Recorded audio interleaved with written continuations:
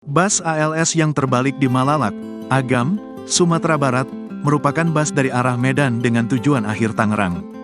Bus tersebut terbalik saat melintasi Malalak, sekira pukul 16 waktu Indonesia Barat, pada Senin, tanggal 15 April tahun 2024. Dirlantas Polda Sumbar, Kombes Pol Dwi Nur Setiawan mengatakan bus tersebut berangkat dari Medan, pada Minggu, tanggal 14 April tahun 2024, sore.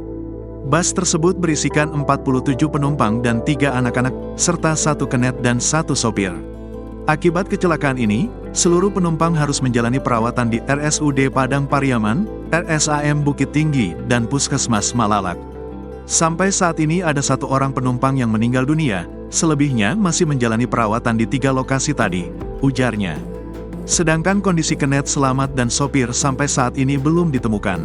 Sebelumnya diberitakan, Dirlantas Polda Sumbar, Kombes Pol Dwi Nur Setiawan, menyebut sopir bus ALS yang terbalik di Malalak, Agam, Sumatera Barat, kabur pada Senin, tanggal 15 April tahun 2024. Kombes Pol Dwi Nur Setiawan mengatakan, sopir sudah tidak terlihat lagi pasca mobil tersebut mengalami laka tunggal, sekira pukul 16 waktu Indonesia Barat.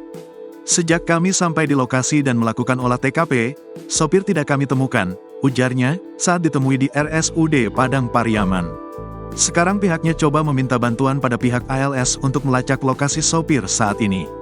Lebih lanjut ia menerangkan, bus ALS yang terbalik di Malalak, merupakan bus dari arah Medan dengan tujuan akhir Tangerang.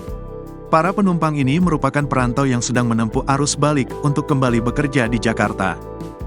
Download Tribun X sekarang, menghadirkan lokal menjadi Indonesia.